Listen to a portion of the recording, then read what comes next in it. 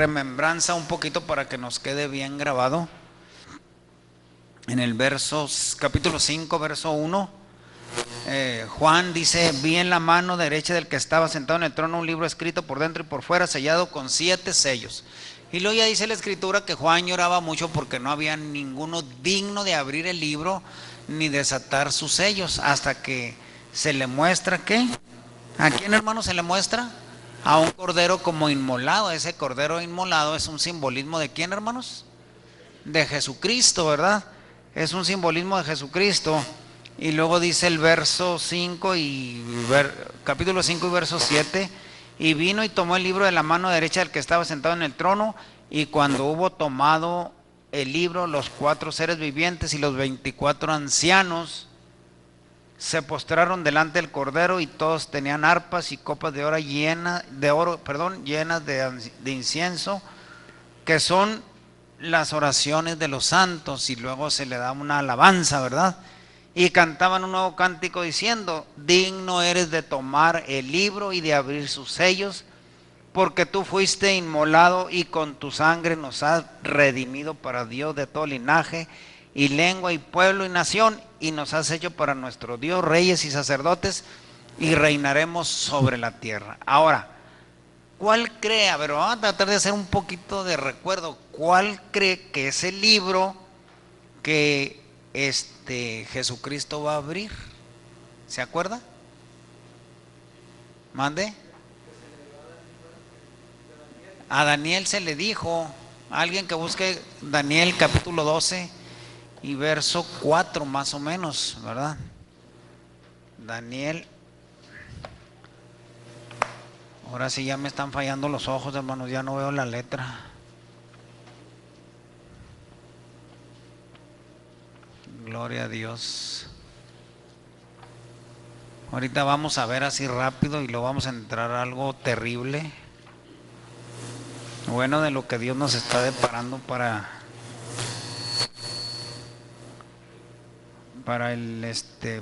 Dios nos está advirtiendo lo que está por venir. Y verso 4, ¿alguien lo quiere leer, hermanos? Sí, léelo.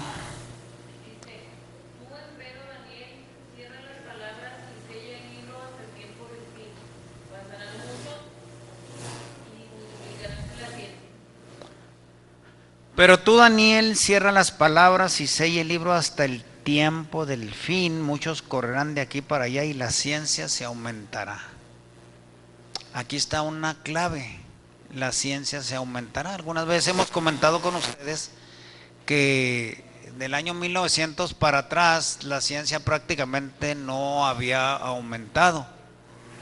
Todavía, hasta lo que yo tengo entendido, todos los recorridos que hacían los seres humanos en transporte era a caballo. Ese era el único medio de transporte más popular, ¿verdad? A partir del año 1900 que empieza a salir el motor de combustión interna y las máquinas de vapor y todo eso, entonces se desarrolla la ciencia de una forma tremenda, ¿verdad? La prueba está que la ciencia está tan desarrollada que ahorita ya los hombres, bueno, teóricamente dicen, ¿verdad? Yo no podría afirmar lo que así es, pero lo más probable es que sí. Ya tienen ciudades aquí arriba aquí afuera de la Tierra, ¿verdad? Ya tienen estaciones espaciales, con algún propósito lo han de tener. Pero lo que me quiero yo referir con esto así sencillamente es que la ciencia, hermano, se ha aumentado en una manera pues tremenda, ¿verdad? La ciencia ha aumentado terriblemente. Entonces la ciencia ha aumentado, pero la ciencia no ha podido ¿cómo se pudiera decir? Modificar el corazón del hombre, porque creo que entre más ciencia hay, la gente se pervierte más. Pero bueno, esa es una de las señales de los últimos tiempos. Ahora, vamos a entrar así rápido al capítulo 6. Dice: y vi cuando el Cordero abrió uno de los sellos, y oí uno de los 4 seres vivientes decir como con voz de trueno: ven y mira. Y miré aquí un caballo blanco, y el que lo montaba tenía un arco, y le fue dada una corona, y salió venciendo para vencer. El caballo blanco ya dijimos que no era Jesucristo, ¿se acuerda? ¿Quién era el caballo blanco, hermanos? A fin de cuentas, el caballo blanco creemos que fue el papado, ¿verdad? Porque el papado fue el que salió con un arco para vencer. ¿Y cómo venció? Bueno, pues ¿se acuerdan que comentamos obligando a los países o a los pueblos que en ese momento existían, obligándolos a ser cristianos, pero no por la palabra del evangelio, sino por la fuerza de las armas? ¿Se acuerdan de ese tipo de detallitos, ¿verdad? Y luego ya comentamos y dijimos, ¿verdad? Cuando pasamos al segundo sello, verso 3, dice: cuando abrió el segundo sello, oí al segundo ser viviente que decía: ven y mira. Y salió otro caballo bermejo, y al que lo montaba le fue dado poder de quitar de la tierra la paz, y que se mataran unos a otros, y se le dio una gran espada. Las versiones, algunas de ustedes dice caballo rojo, ¿verdad? No dice ninguna caballo escarlata, no dice bermejo, todas dicen bermejo. Pero ya sabemos qué es bermejo, ¿verdad? Sí sabemos qué significa la palabra bermejo.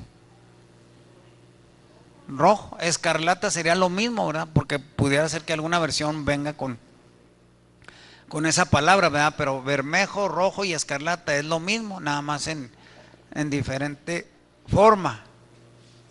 Bueno, dijimos que, mire, déjame explicarle antes de entrar un poquito más a los otros caballos, a los otros sellos en los que van a aparecer los caballos. Mire, en el libro de Mateo y en el libro de Daniel, donde vimos ahorita, en el libro de Daniel dice que va a venir un tiempo de angustia cual no fue nunca después de que hubo gente hasta ahora. O sea, la humanidad está por entrar a una situación de caos, o estamos, más bien dicho, ¿verdad? Porque aquí estamos dentro de la humanidad. Entonces, vienen tiempos muy difíciles. Ahorita vamos a narrar un poquito. Algunas personas, los caballos de Apocalipsis, fíjese lo que le voy a decir, los ubican para el tiempo de la tribulación y de la ira de Dios.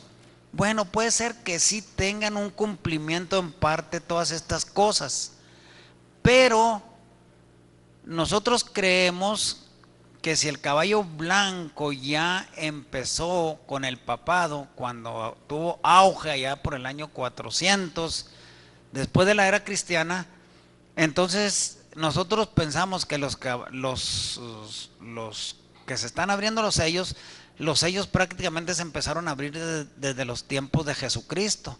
No quiere decir que un caballo siga al otro inmediatamente, así en una época de, por decir, sale el caballo blanco y luego pasan 2 años y luego sale el caballo bermejo y pasan otros 2 años. No, pueden alcanzar grandes periodos de la historia, porque a fin de cuentas, si nosotros entendemos que el caballo blanco es el papado, entonces imagínense cuántos años tiene el papado deformado.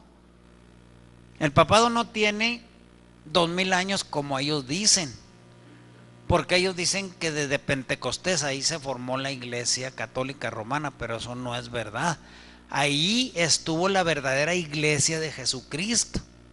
Después, por cuestiones históricas, sabemos que viene el tiempo en que la Iglesia, como Pablo dijo, ya lo habíamos comentado también, que Pablo dijo que después de que él muriera, la iglesia se iba a corromper porque iban a infiltrarse dentro de la iglesia práctica del paganismo. Y en el año 300, 400 aproximadamente, por ahí son las fechas, no la traigo ahorita de momento la fecha exacta, pero ahí ando más o menos, no del 300, ando como en el 400 al 520, cuando un emperador romano, después de que muere Constantino, oficializa a la iglesia romana como la religión oficial del imperio, cosa que Constantino ya lo había hecho para introducir el paganismo dentro del cristianismo, ¿sí? Entonces la iglesia católica más o menos se formó como en el año 500, entonces la iglesia católica o la secta católica, mejor dicho, tiene aproximadamente que 1600 años. Esos son los que más o menos tiene, ¿verdad? Pero no se inició en Pentecostés, no, en Pentecostés fue la verdadera iglesia de Jesucristo. Entonces, si el caballo blanco ha cabalgado por todos esos años, es porque la iglesia romana, ¿verdad?, ha dominado todos estos periodos de la historia, todos esos 1600, 1500 años. Entonces, se fija, por eso creemos que el caballo blanco sigue cabalgando. Ahora, las guerras, que fue el segundo caballo, el caballo bermejo dice que se le dio al jinete se le dio una gran espada para que se mataran unos a otros. Entonces, a través de la historia, hermanos, nosotros podemos ver que ha habido infinidad de guerras, ¿verdad? Realmente nunca ha habido paz en el planeta Tierra, nunca ha habido paz, siempre ha habido guerras. Entonces, ¿qué quiere decir? Sigue cabalgando el jinete rojo, prácticamente va uno detrás del otro, ¿verdad? O sea, están cabalgando los jinetes en los caballos conforme se han ido abriendo los sellos. Ahora, vamos a entrar al verso 5. Al verso 5, dice así: cuando abrió el tercer sello, oí al tercer ser viviente que decía: ven y mira. Y miré, y he aquí un caballo negro, y el que lo montaba tenía una balanza en la mano. Y oí una voz de en medio de los cuatro seres vivientes que decía: 2 libras de trigo por un denario, y 6 libras de cebada por un denario, pero no dañes al aceite ni el vino. Ahora, si es un caballo negro, ¿qué significaría? ¿Qué significaría? A ver, hermanos. No, tampoco. Fíjese, ahí nos da una clave, ¿eh? No, miren, fíjese, nos da una clave, observe. Y oí una voz de en medio de los cuatro seres vivientes que decía, el verso 6, o sea, al abrir el tercer sello, sale un jinete y viene sobre un caballo negro, y el que lo montaba tenía una balanza en la mano. Y oí una voz en medio de los cuatro seres vivientes que decía: 2 libras de trigo por un denario, y 6 libras de cebada por un denario, pero no dañes el aceite ni el vino. Ahora, ¿qué significa la cebada y el trigo? Alimentos, ¿verdad? Pero esas cosas son solamente por un denario, o sea, muy poquito dinero por muy poquita comida. Entonces el jinete del hambre, ¿qué pasó? También empieza, ¿a qué, hermanos? Empieza a cabalgar el jinete del hambre. Ahora, para ser honestos, hermanos, fíjense lo que le voy a preguntar. ¿Quién de nosotros hemos padecido hambre?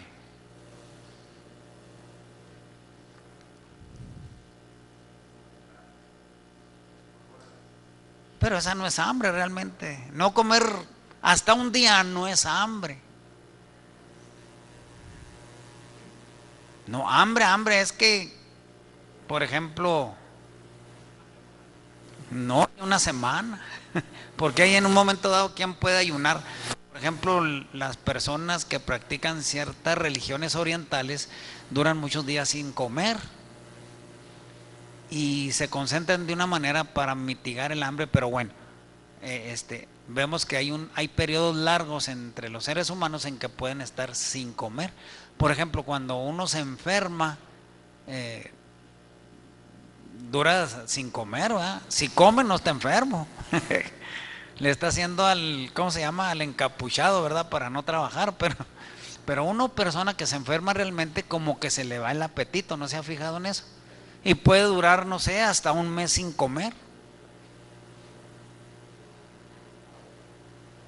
Entonces, estando sanos, realmente le puedo asegurar que ninguno de nosotros hemos padecido hambre. ¿O sí? ¿No? Ninguno de nosotros hemos padecido hambre realmente. Aun cuando las familias pueda ser muy pobre, yo le aseguro que por lo menos come tortillas con frijoles, ¿verdad? O tortillas con chile, pero así un hambre donde no hay nada. Mire, por ejemplo, nosotros vemos que, por ejemplo, en el oriente las gentes se comen los perros, se comen las ratas, ¿verdad? Y se comen muchas cosas que nosotros no comeríamos ahorita. Hay lugares que, bueno, aunque por fantoches la gente se come las arañas y las cucarachas cubiertas de chocolate, pero bueno, eso ya como que sí ya es perversión, ¿verdad?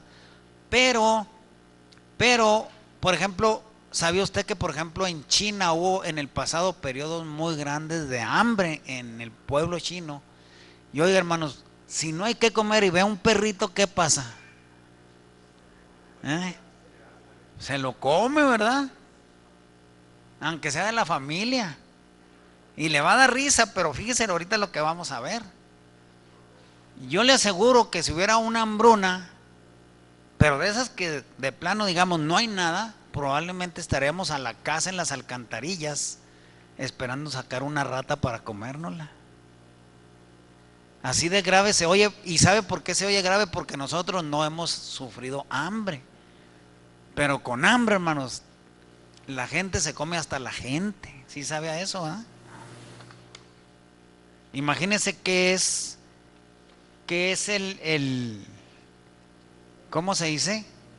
El sufrir el hambre. Permítame tantito, hermanos.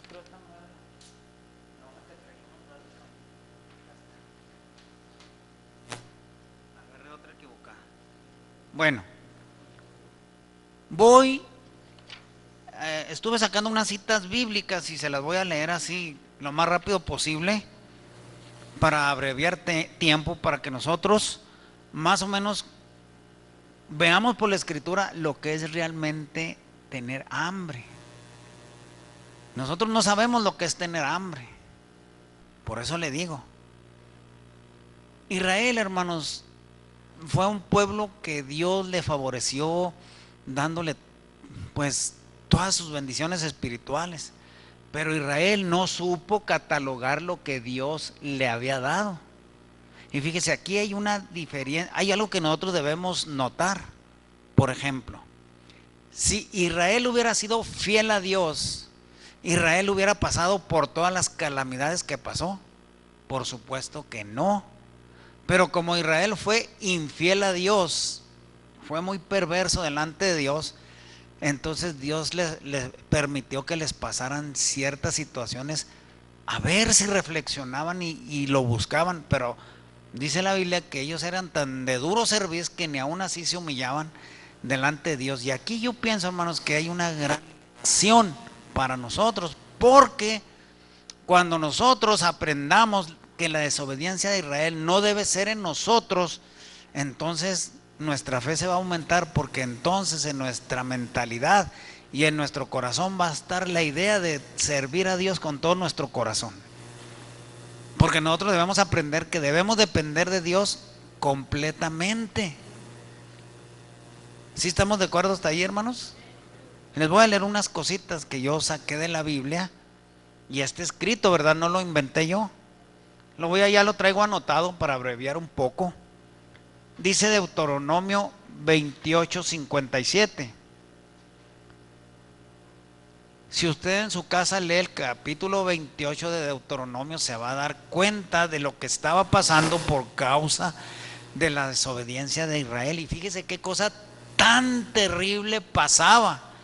Dice, el recién nacido que sale de entre sus pies, y a sus hijos que diere a luz, pues los comerá ocultamente por la carencia de todo, en el asedio y en el apuro con que tu enemigo te oprimirá en tus ciudades.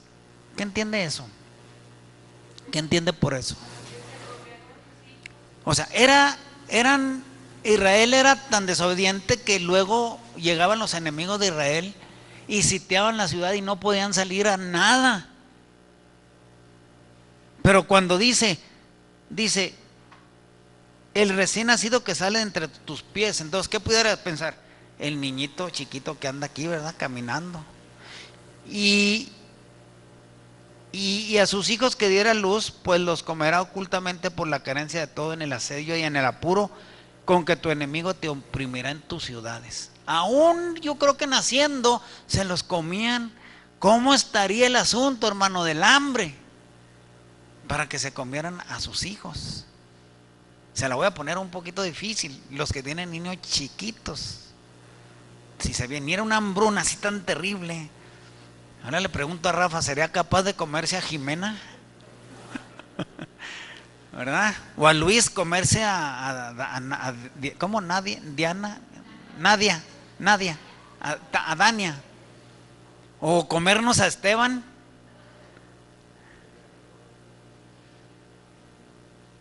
Más o menos puede imaginarse lo terrible que es el hambre. Pero ¿a qué llegaba la situación en Israel por la desobediencia a esas situaciones? Pero lo que yo quiero que ustedes analicen es lo que es la verdadera hambre.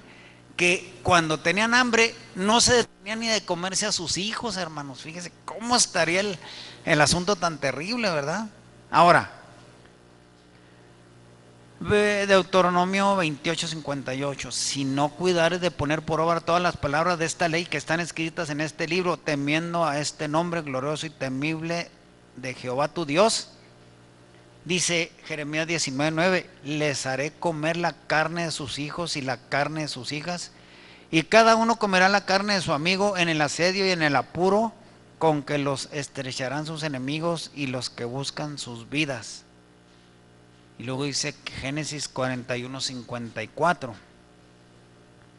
Bueno, antes de leer Génesis 41:54, Israel se comía a sus hijos, hermanos. ¿Puede dimensionar eso o no lo puede dimensionar? No lo podemos dimensionar porque no hemos pasado por ese tipo de situaciones. Pero el hambre hacer una cosa terrible, ¿verdad? Terrible. Ahora fíjese. Si nosotros vamos a Génesis 41:55, estoy hablando de aquí de Génesis 6:4, sí, ¿verdad? A ver, sí, de 6:5 y 6:6, porque cuando el jinete del hambre cabalga, ha pasado esto sobre la humanidad, pero a esta humanidad futura también le va a pasar esto. ¿Por qué cree que se va a escasear la comida en el futuro? Se va a escasear porque se dedica a la humanidad más a fabricar armas que a fabricar arados, ¿verdad? Porque la gente está ocupada en la ambición del dinero, en decir tengo dinero y quiero poder y quiero dinero, y se olvida el campesino, que es ahí donde nos interesa a nosotros. En el buen sentido, ¿para qué queremos armas si no tenemos que comer? ¿O para qué quiere usted dinero? ¿O para qué quieren los poderosos dinero y tener, vamos a suponer que llenaran este cuarto de oro? Y si no hay que comer, ¿de qué le sirve el oro? Por eso dice la Biblia ya en uno de los libros de los profetas menores, dice, ni su oro ni su plata los podrá salvar en aquel día. ¿Por qué? Porque van a tener oro, van a tener dinero, pero no va a haber comida. Y eso es bien terrible. Y les voy a dar un ejemplo de hambre que está en Génesis 41:54. Dice, y comenzaron a venir los 7 años del hambre como José había dicho. ¿Sí se acuerdan de esta historia, verdad? José tiene un sueño, Faraón tiene un sueño donde sueña 7 vacas gordas y 7 vacas flacas, y luego también sueña 7 espigas gordas y 7 espigas flacas.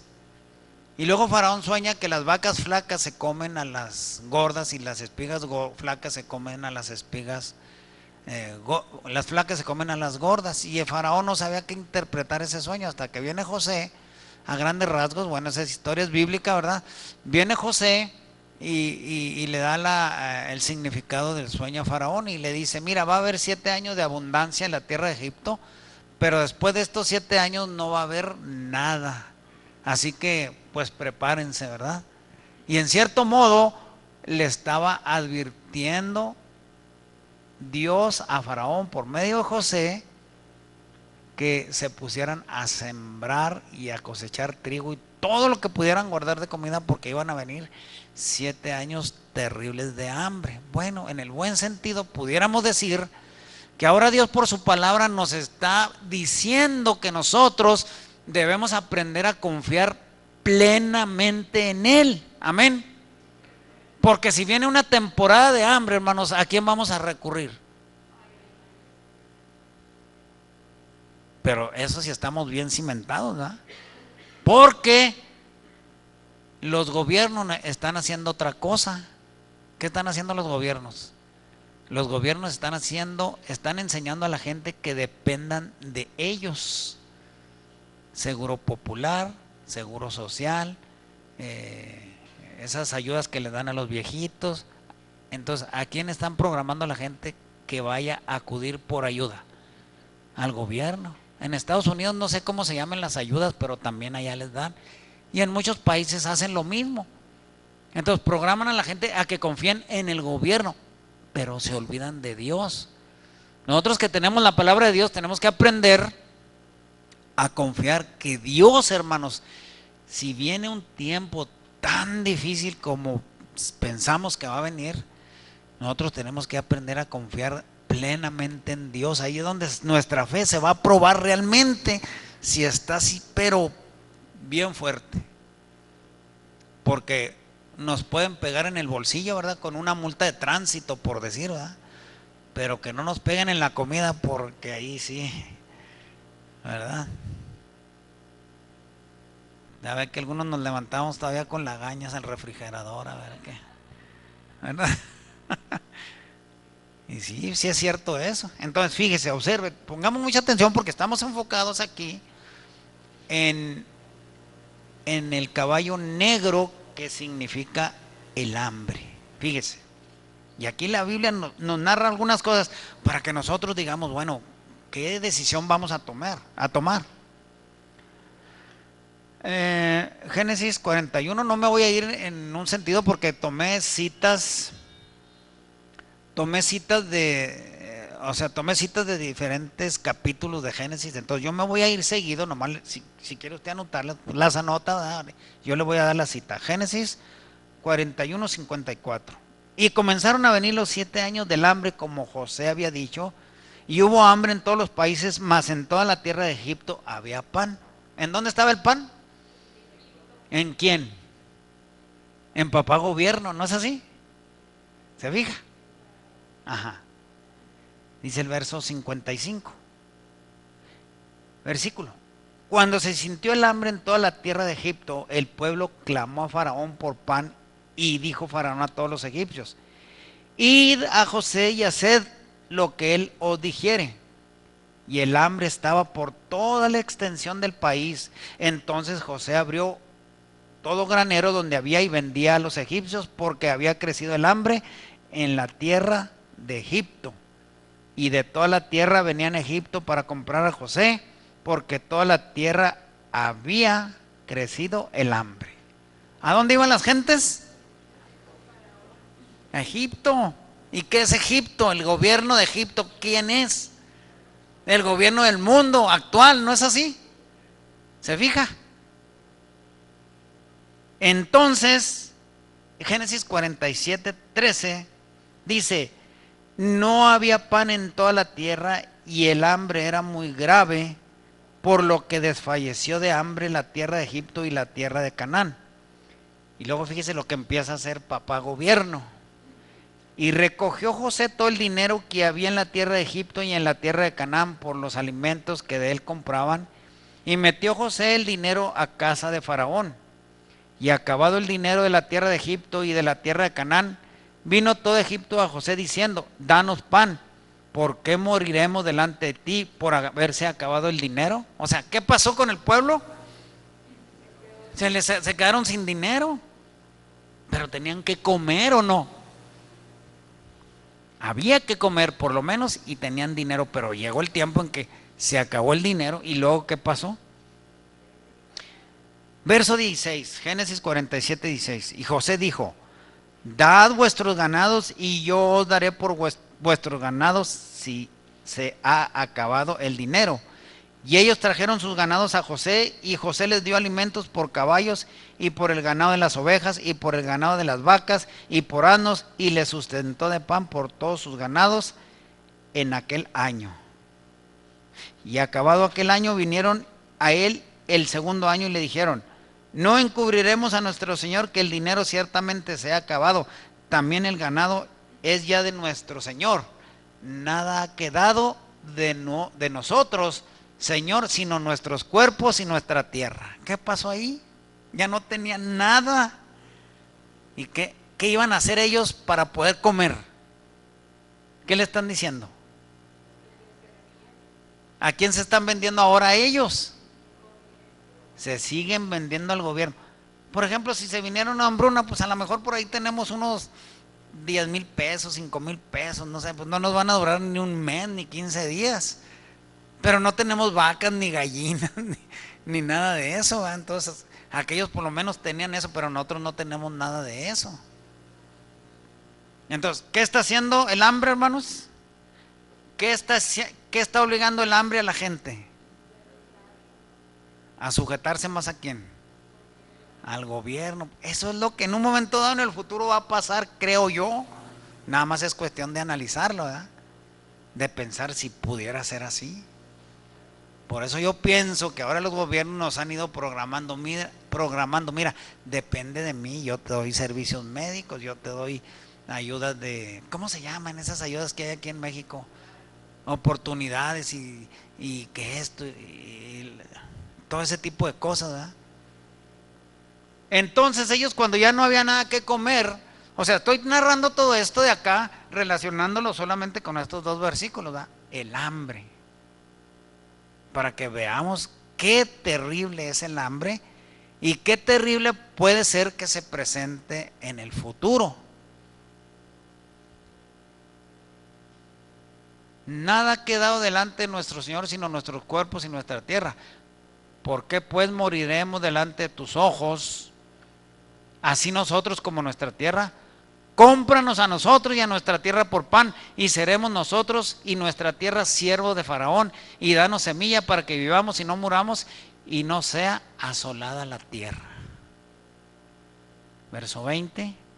Entonces compró José toda la tierra de Egipto para Faraón, pues los egipcios vendieron cada uno sus tierras, porque se agravó el hambre sobre ella, y la tierra vino a ser de Faraón.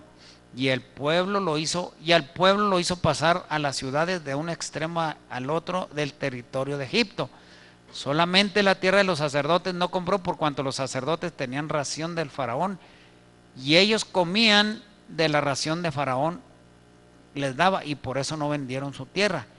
Y José dijo: he aquí os he comprado hoy a vosotros y a vuestra tierra para Faraón. Ved aquí semilla y sembraréis la tierra. De los frutos daréis el quinto a Faraón, y las 4 partes serán vuestras para sembrar las tierras y para vuestro mantenimiento, y de los que están en vuestras casas para que coman vuestros niños. Y ellos respondieron: la vida nos has dado, hallemos gracia en ojos de nuestro Señor, y seamos siervos de Faraón. Entonces José lo puso por ley hasta hoy sobre la tierra de Egipto, señalando para Faraón el quinto, excepto la tierra de los sacerdotes, que no fue de Faraón. Bueno, esta narración, hermanos, nos está dando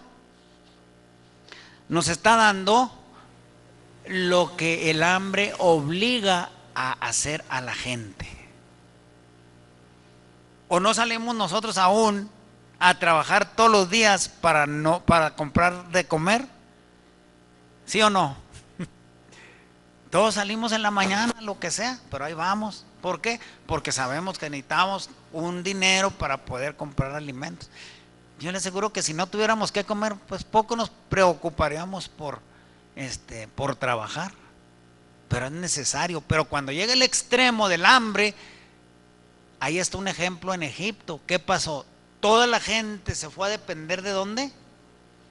De Faraón. Pero entonces ahora, si los caballos de Apocalipsis están cabalgando Y esto también es profético porque Juan lo está viendo, cuando él lo escribe lo está viendo hacia el futuro y el tiempo avanza y el hambre ha sido por todas las épocas de la humanidad. Pero como ahorita, por ejemplo, vimos que el caballo anterior es el caballo de la guerra, los gobiernos ahorita están más involucrados en armamento que en hacer producir la tierra. ¿Quién de nosotros sabemos poner una huertita en la casa? Yo creo que nadie. Porque es muy fácil ir al supermercado y aquí está el tomate y la cebolla y todo eso. Pero no sabemos sembrar nada, hermanos. ¿Verdad? Entonces, imagínense, vamos a suponer que estamos en los tiempos de Faraón. ¿Qué haríamos? ¿A dónde iríamos? Pero para ir a Dios se necesita ¿qué? Tener una fe, super fe, ¿no es así? Y confiar que Dios nos va a alimentar como alimentó a Israel en el desierto con maná. Yo pienso que si a mí Dios me diera maná, yo nunca andaría renegando por, ay Señor, mira Señor Moisés, ahí en Egipto comíamos melones y puerros y comíamos cebollas y comíamos todo esto. Y aquí nomás esto vemos, y despreciaban la comida que Dios les había dado, siendo que la Biblia dice que ellos comieron pan del cielo, ¿verdad? ¿Te fijas? ¿Son buenas las actitudes del ser humano o no? Bueno, esto tiene que ayudarnos a nosotros a aprender, como les digo, que aumentemos más nuestra fe en todos los aspectos. Amén, hermanos. Ahora, fíjese, cuando vimos aquí que abre el tercer sello, sale un caballo negro, que significa el hambre. Cuando Israel cayó en la apostasía, si usted tiene la oportunidad, debe tener la oportunidad de leer todo el libro de Jeremías, cómo está toda la desobediencia de Israel y cómo Dios les manda a los profetas para que se arrepientan, pero Israel no se arrepiente, Israel es necio. Entonces Jeremías no solamente escribe ese libro de Jeremías, sino que escribe otro libro que sigue después de Jeremías, que se llama Lamentaciones. Ahora, ¿por qué Lamentaciones? Porque el profeta Jeremías, al comprender el castigo que le iba a venir a Israel por causa de la desobediencia, por eso se llama Lamentaciones, porque él se lamenta de lo que va a pasar en Israel. Qué cosa tan terrible, ¿verdad? Oye, hermanos, pues si Dios nos ha bendecido, nos ha dado tantas cosas, ¿por qué habremos nosotros de ser como Israel tan desobedientes? ¿No es una lección para nosotros? ¿Verdad? Que nos haga reflexionar. Y voy a leer unos pocos versículos de Lamentaciones, capítulo 4 y verso 8. Lamentaciones 4:8, porque lo estamos relacionando con el caballo negro, que significa hambre. Oscuro más que la negrura es su aspecto, no los conocen por las calles. Su piel está pegada a sus huesos, seca como un palo. Más dichosos fueron los muertos a espada que los muertos por el hambre, porque estos murieron poco a poco por falta de los frutos de la tierra. Las manos de mujeres piadosas cocieron a sus hijos, sus propios hijos les sirvieron de comida en el día del quebrantamiento de la hija de mi pueblo. Dice, cumplió Jehová su enojo, derramó el ardor de su ira y encendió en Sión fuego que consumió hasta sus cimientos. Y luego Lamentaciones 5:10 dice, nuestra piel se ennegreció como un horno a causa del ardor del hambre. Por eso es un caballo negro, ¿se fija? ¿Se fija qué tan terrible es esto, hermano? Fíjese cómo dice el verso 10 de Lamentaciones. Las manos de mujeres piadosas cosieron a sus hijos. No agarraron un hilo y una aguja, ¿verdad que no? Porque si estuviera con ese, entonces los habían cosido con hilo y aguja, pero está con C. Pusieron a sus hijos en los peroles, los los hicieron como caldito de pollo, picaban la carnita a ver si estaba blandita, y ya cuando el niño de ellas ya estaba bien cocinadito, se los servían y se los comían. ¿Es terrible esto, sí o no, hermanos? Ahora comprende lo que es el caballo del hambre. Por eso cada vez que nosotros nos levantemos a nuestra mesa y nos sentemos a comer, hay que agradecerle a Dios por los alimentos, ¿no cree? ¿Verdad? Darle gracias por lo que Él nos da de comer todos los días. Y hasta tenemos, se pudiera decir, ¿cómo se pudiera decir la palabra? La idea, pues, de decir, hoy quiero comerme un pollo frito, hoy quiero comerme unas galletas. O sea, ahorita tenemos la oportunidad de comer lo que queremos, ¿no es así? Bendito sea Dios, ¿no es así? ¿Verdad? Porque podemos comer, todavía hay que comer. Pero llegar a ese grado, hermano, yo cuando leía esto, yo no podía ni comprender cómo era tan terrible esa situación tan terrible de hambre, que las mujeres, fíjese, bueno, no cabe en mi cabeza decir, agarraron al niño chiquito y pum, lo degollaron, o no sé qué harían, y lo metieron a cocinar. Pues estar ahí con una piernita de un niño y luego comérsela, es como que está terrible, ¿no cree? Y fíjese cómo dice, nuestra piel se ennegreció como un horno a causa del ardor del hambre. Y cuando abrió el tercer sello, oí al tercer ser viviente que decía, ven y mira, y miré, y he aquí un caballo negro, y el que lo montaba tenía una balanza en la mano. Y oí una voz del medio de los cuatro seres vivientes que decía, 2 libras de trigo por 1 denario y 6 libras de cebada por 1 denario, pero no dañes al aceite ni el vino. Terrible situación, ¿no es así, hermanos? Yo creo que están que nosotros reflexionamos, hermano, de decir, Señor, bendito seas, porque todos los días tenemos que comer. Hasta me dio diabetes por tragón, ¿verdad?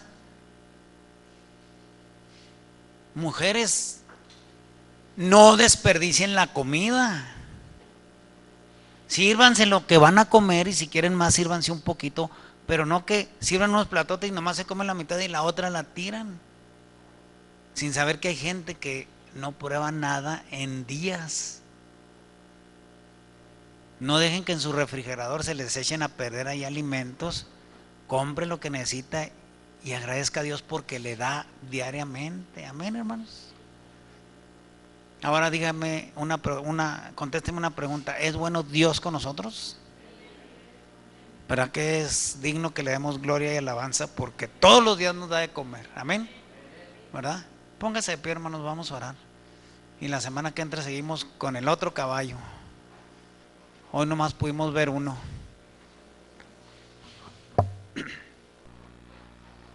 Padre Santo, en el nombre de tu Hijo Jesucristo, mi Dios. Gracias, mi Dios, porque por tu palabra nos haces comprender muchas cosas, Señor. Cosas terribles que están ahí, que nosotros no las hemos sufrido, Señor. Nos tocó vivir un tiempo, una época, Señor, en que realmente pues no hemos batallado nada, mi Dios. Tú nos has bendecido grandemente. Permite, mi Dios, que realmente nosotros valoremos todas las bendiciones que tú nos has dado en todo momento y en cada instante, Señor. Gracias, Padre, porque eres bueno, mi Dios.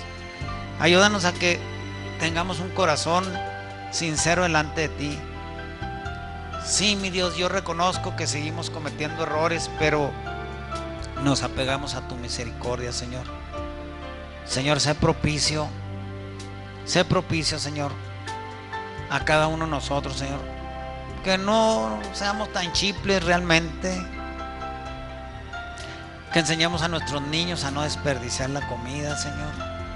Y todas esas cosas, Señor, que todavía hacemos porque tenemos abundancia, Señor. Señor, perdónanos, necesitamos de tu presencia, Señor. Por los medios, Señor, para que aquellas personas que no tienen que comer tengan que comer, mi Dios. Sabemos que vendrán esos tiempos difíciles, Señor. Queremos pedirte, mi Dios, que derrames en nuestras vidas de tu Espíritu Santo para poder, Señor, confiar plenamente en ti, mi Dios. Ayúdanos a valorar lo que nos has dado y lo que nos has bendecido, Señor.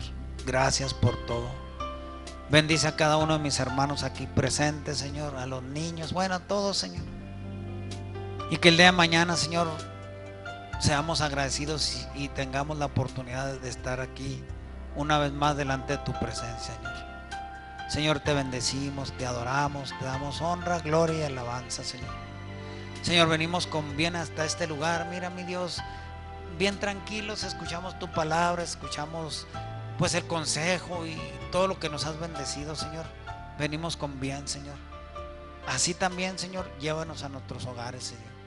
Te lo pedimos y te lo rogamos en el nombre de tu Hijo Jesucristo. Amén. Gloria a Dios. Pasa a vosotros, hermanos, si Dios quiere vivimos. Aquí nos vemos mañana. Yo pensé que íbamos a poder entrar hasta el otro caballo, pero no. Hay mucho que platicar sobre estas cosas, ¿verdad? Pasa a vosotros, hermanos, Dios les bendiga.